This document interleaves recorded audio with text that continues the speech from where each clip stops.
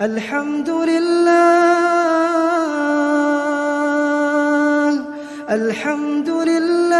على نعمة الإيمان الحمد لله على نعمة آپ کا کام یہ ہے فذکر ان نفعت الذکرى، آپ لوگوں کو نصیحت کرتے رہیں اگر نصیحت کرنے کا فائدہ ہو رہا ہو۔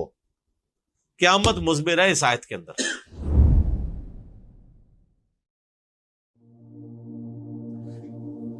کہ نبی علیہ السلام کو کہا جا رہا ہے کہ آپ نے سمجھانا اس صورت میں ہے جب آپ کو نظر آئے کہ سامنے والا بندہ بات سن رہا ہے اور سمجھنا چاہتا ہے، اور اگر نہیں سمجھنا چاہتا تو آپ نے نہیں سمجھانا اس کو۔ ہم تلے ہوتے ہیں کہ منوا کے چھوڑنا ہے۔ قرآن کی ڈاکٹرائن یہ ہے کہ آپ نے منوانا نہیں، صرف پہنچانا ہے، اور اگر بات ماننا چاہتا ہے کوئی مان لے، جس نے نہیں ماننی وہ نہ مانے، یہ اس کی مرضی۔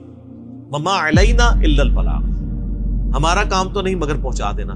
سورہ بقرہ میں آتا ہے، اللہ تعالیٰ فرماتا ہے کہ اے نبی ہم آپ سے اہل جہنم کے بارے میں نہیں پوچھیں گے کہ آپ کو ہم نے پیغمبر بنا کے بھیجا پھر بھی لوگ دوزخ میں پہنچ گئے، تو رزلٹ یہ نکلا ہے۔ واقعی آج بھی اکثریت تو دوزخ کی طرف ہی جا رہی ہے۔ آپ سے نہیں پوچھیں گے، آپ کا کام صرف بات پہنچانا۔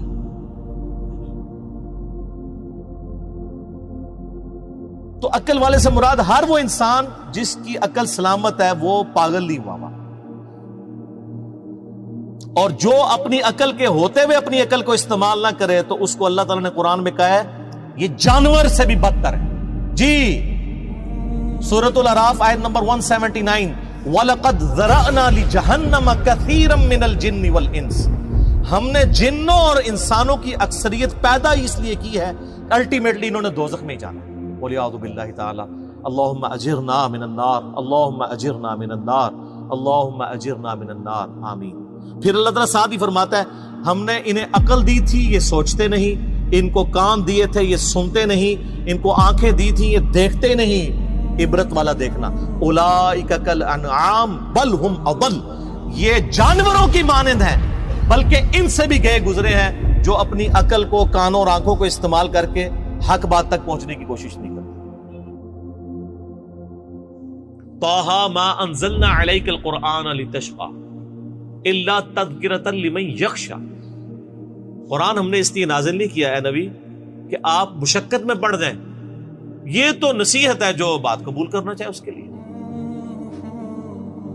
فذکر بالقرآن من یخاف وعید، اے نبی اس قرآن سے اس کو نصیحت کریں جو اللہ کی دھمکی سے ڈرنا چاہتا ہو، جو نہیں ڈرنا چاہتا چھوڑ دیں اس کو اس کے حال میں۔ یہ بڑا امپورٹنٹ ٹاپک ہے قرآن کا، یہاں پہ لوگ زبردستی کر رہے ہوتے ہیں، اور قرآن کہہ رہا ہے کہ آپ نے بس صرف دعوت دینی ہے، قبول کرتا ہے کرے، نہیں کرتا جائے دفعہ ہو۔ اللہ بے نیاز ہے نا۔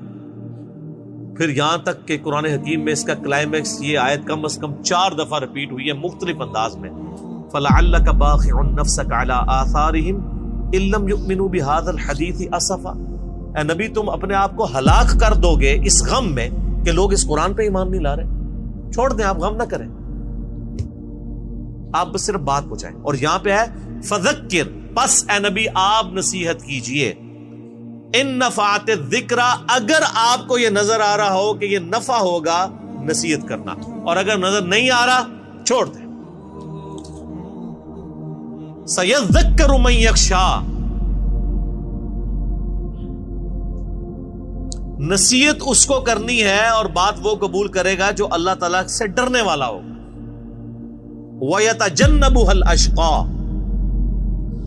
اور جو بدبخت ہے وہ تو اس دعوت سے دور ہی رہے گا۔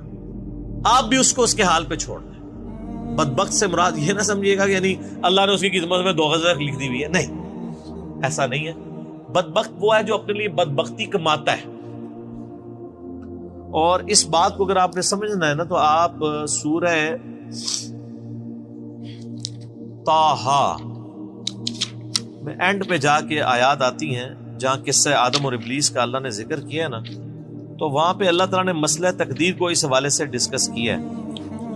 آیت نمبر ہے 123،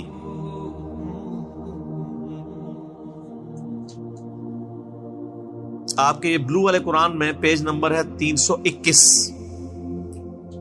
اور نیچے سے یہ 6 لائن ہے. قَالَ اهْبِطَا مِنْهَا جَمِيعًا. اللہ فرماتا ہے ہم نے ان دونوں سے یعنی آدم اور اماں حوا سے کہا اتر جاؤ تم دونوں نیچے سب کے سب. بعضکم لبعض عدو. تمہاری اولاد بھی ہوگی وہ بعض کے دشمن ہوں گے. فَإِمَّا يَأْتِيَنَّكُم مِّنِّي هُدًى. پس جب کبھی بھی میری طرف سے کوئی ہدایت کی کتاب تمہارے پاس آئے گی فَمَنِ اتَّبَعَ هُدَايَا. تو جو کوئی اس ہدایت کی کتاب کی پیروی کرے گا فَلَا يَضِلُّ وَلَا يَشْقَى. تو نہ گمراہ ہوگا اور نہ بدبخت ہوگا جو کتاب کی پیروی کر لے گا. تو اس کا کیا مطلب ہوا؟ بدبختی انسان خود کماتا ہے. اللہ تعالیٰ کہہ رہا ہے کہ اے اولاد آدم جب کتاب آئے گی نا تو جو اس کی پیروی کر لے گا وہ نہ گمراہ ہوگا نہ بدبخت ہوگا. اور یہاں پہ آ رہا ہے کہ آپ اس کو اس کے حال پہ چھوڑ دیں جو بدبخت ہوا ہے. مراد یہ کتاب ماننا ہی نہیں چاہتا. الذی یصلی النار الکبریٰ. اس بدبخت کو تو ہم اس بڑی آگ پر پیش کریں گے. اس کا علاج تو ہم نے کر رکھا ہے آخرت میں. ثم لا يموت فیہا ولا یحیا. پھر وہ اس آگ میں نہ زندوں میں ہوگا نہ مردوں میں. یہ ہے جناب اللہ کا غصہ. موت آئے تو کام ہی تمام ہو جائے نا. قرآن میں آتا ہے نا, اللہ تعالیٰ آتا ہے کہ سورہ فرقان میں کہ آج ایک موت نہیں کئی موتیں مانگو, موت نہیں تمہیں آئے گی. صحیح بخاری میں حدیث ہے قیامت والے دن میدان محشر میں لا کے نا موت کو مینڈے کی شکل میں ذبح کیا جائے گا. جنتی پریشان ہو جائیں گے اور جنت کے وہ کنارے پہ آئیں گے کہ پتہ نہیں کیا فیصلہ ہونے لگا ہے. جب آواز دی جائے گی نا کہ آ جاؤ اب یہ ایک میلہ لگنے لگا وہ دیکھو, جنتی پریشان ہوں گے ہمیں کہیں جنت سے نکال نہ دیا جائے, اور دوست کی خوش ہوں گے کہ شاید کوئی ہمارے نکلنے کی سبیل ہونے لگی ہے. جیسے ہی وہ کناروں پہ آئیں گے میدان محشر میں مینڈے کی شکل میں موت کو جب قتل کر دیا جائے گا تو اللہ تعالیٰ فرمائے گا کہ اہل جنت کے لیے خوشی کی بات ہے کہ اب ان کو موت نہیں آئے گی. موت ہی ختم کر دی. کریٹر آف دا یونیورس نے موت کو ہمیشہ کے لیے ختم کر دیا. اب اللہ بھی ہمیشہ کے لیے اور آپ بھی ہمیشہ کے لیے. واہ جی واہ. اللہ اکبر کبیرا والحمد للہ کثیرا وسبحان اللہ بکرۃ واصیلا. اور جہنمی مایوسی میں ان کی اضافہ ہوگا کہ اب تو موت آنی ہی نہیں ہے, ہمیشہ کی ناکامیاں ہمارا مقدر ہوگی. اللہم اجرنا من النار, اللہم اجرنا من النار, اللہم اجرنا من النار, آمین.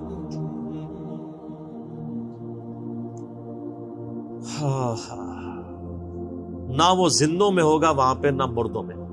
قد افلح من تزکا. بے شک فلاح پا گیا وہ شخص جس نے اپنے آپ کو پاک کر لیا, اپنے نفس کا تزکیہ کر لیا, وہ کامیاب ہو گیا. مرنے سے پہلے پہلے موت کی تیاری کر لی, وہ کامیاب ہو گیا. وَذَكَرَ اسْمَ رَبِّهِ فَصَلَّى. اور اس نے اپنے رب کا نام لیا, نام کا ذکر کیا اور اس کے ساتھ نماز پڑھی. ظاہر نماز تو اللہ کے نام کے ساتھ ہی پڑھی جاتی ہے, اللہ اکبر کہہ کے نماز شروع ہوتی ہے. وہ اصل میں کامیاب ہوا ہے. صرف اللہ کو ماننا کافی نہیں ہے, اللہ کی ماننا بھی ضروری ہے. وَلَقَدْ بَعَثْنَا فِي كُلِّ أُمَّةٍ رَسُولًا أَنِ اعْبُدُوا اللَّهَ وَاجْتَنِبُوا الطَّاغُوتَ. بے شک ہم نے ہر امت میں کوئی نہ کوئی رسول بھیجا اس دعوت کے ساتھ کہ عبادت کرو اللہ کی, اور اللہ کے مخالف طاغوت جو ہے ان سے اجتناب کرو. عبادت کرنی ہے اللہ کی, ماننا کافی نہیں ہے, اللہ کی ماننا بھی ضروری ہے. اللہ کو تو سارے ہی مان رہے ہیں, اللہ کی ماننا بھی ضروری ہے. اور خصوصیت سے جب ماننے کا ذکر آیا, پاکیزگی کا ذکر, تو نماز کا ذکر اللہ نے کیا. صحیح مسلم میں انٹرنیشنل نمبر کے مطابق 246 نمبر حدیث ہے کہ بندے کے کفر اور اسلام, شرک اور ایمان کے درمیان لکیر جو ہے وہ نماز ہے.